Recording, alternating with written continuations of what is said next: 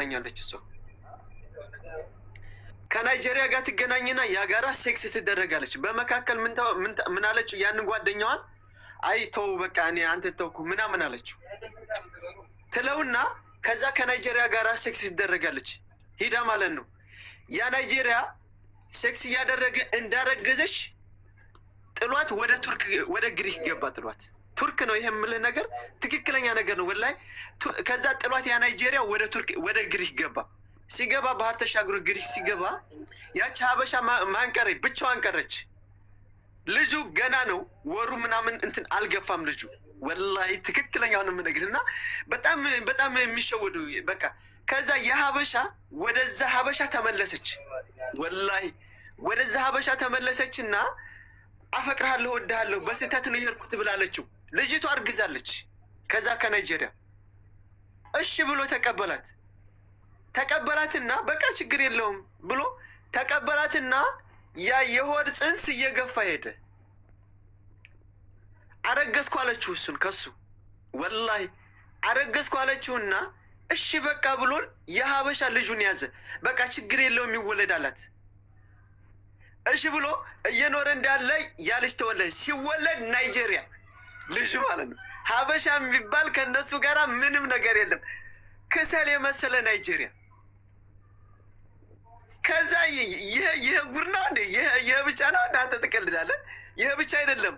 ያ ክሰል የመሰለ ናይጄሪያ። ከዛ እሺ ብሎ ተቀበለና እየኖሩ እንዳሉ ልጅቱ ከዛ እንትን አለችና ከዛ በቃ ያን ሁሉ ጨረሰ። በቃ ከዛ ከንትን ወጣች፣ ለቀቃት። በቃ ሁሉ ነገር በቃ ልጁ የተወሰነ አደግ የሆነ በቃ እንትን መታቀፍ የተለያዩ ነገሮች ምናምን እንደደረሰ ከዛ የዛ ሰዓት ምን አደረገችው?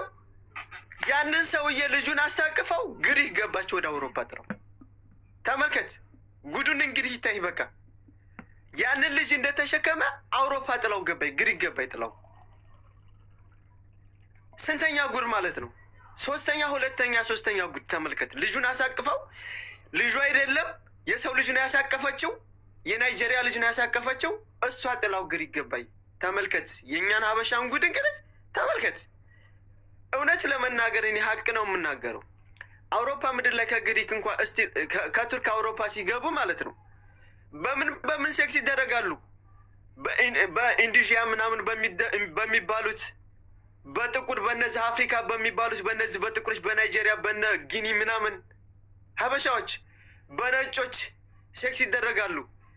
የነዚህን አካላችሁ ግን ሌሎችን ስንሄድ ማለት ነው በጭራሽ አታገኛቸውም። የትኛውን ቦታ መጠጥ ቤት ምናምን አታገኛቸውም። ወላሂ እኔ እውነተኛ ነገር ነው የማወራው፣ ዝም ብሎ ተራ ነገር አይደለም።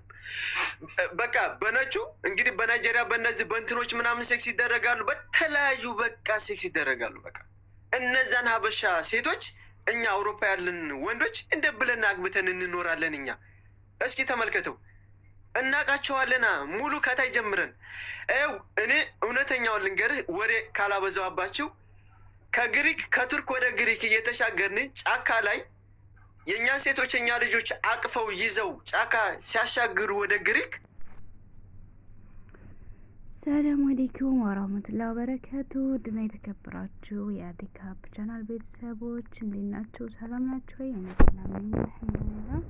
ሁሉም ክርስቲያን ወገኖችን ሰላም ብያለሁ። ሁላችሁም በያላችሁበት ሰላማችሁ ይብዛ እያልኩኝ እንግዲህ ዛሬ እየላችሁ የመጣሁት ቪዲዮ እንደተመለከታችሁት ነበረ። መግቢያ ላይ እንዳስደመጥኳችሁ በጣም የሚያስጠላ የሚዘገንን ለመስማትም ለማየትም የሚያስጠላ ነገር ነው ማለት ነው። እንግዲህ መጀመሪያ ላይ ሰምታችሁታል ማለት ነው። እንግዲህ አንድ እህታችን የ4 ወር እርጉዝ ናትና የ4 ወር እርጉዝ ሆና ከሀበሻው ጋራ ከተገናኘች 1 ወሯ እንደሰማችሁት ማለት ነው። ድምጻቸውን 1 ወሯ ነው። ከአረቡ ጋር ደግሞ 5 ወር ቆይታለች ምናምን አሉ ማለት ነው። እና ከማንኛው ራሱ እንዳረገዘች አታውቅም። አሁን እቺ ልጅ ከሀበሻው ይሁን ከአረቡ ይሁን ያረገዘችው አታውቅም ማለት ነው። ያ ማለት ደግሞ ትክክለኛ ባሎቹ አይደሉም ማለት ነው። እቺ ልጅ በሐራም ነው ማለት ነው እንደዚህ ያደረገችው ነው። አሁን እናንተ እናንተ ብትሆኑ አሁን ለዚች ልጅ ፍርድ እንዴት ነው እናንተ የምትሰጡት? አሁን ለዚች ልጅ ምንድን ብላችሁ ነው እስኪ መፍትሄ ልትሰጧት የምትችሉት ማለት ነው? አንደኛ አሁን ፈቶኛል ትላለች። አረቡ አግብቼ ነበር ፈቶኛል አለኝ። አበሻውስ አላገባትም እኮ በሀራም ነው ማለት ነው። እና ኡዝ ቢላሂ ሚነ ሸይጣን ረጂም ከእንደዚህ አይነት ነገር አላህ ይጠብቀን ይጠብቃችሁ። ሲቀጥል እንደዚህ በዚህ ልክ ለምንድን ነው የምትንዘላዘሉት ማለት ነው? በዚህ ልክ አረብ ሀገር የሚሰሩ እህቶችን አንገታቸውን ደፍተው የሚሰሩ እህቶችን ስንት ተሰቃይተው ስንት ፀሐዩን ውጩን የፀሐይ ብርሃን ማየት እየናፈቃቸው የሚሰሩ ልጆች አሉና በነዛ አይነት አንድ ላይ ተጠቅልሎ እንደነዚህ በአይነቶቹ ዘልዛላ ልጆች አብሮ የመዳም ቅመም ወይም የአረብ ሀገር ሰራተኛ ወይም የአረብ ሀገር ሴት እየተባለ የሚሰደበው አንድ ላይ ነው ማለት ነው። ከነሱ ጋራ እኩል ነው የምንመደበው ማለት ነው።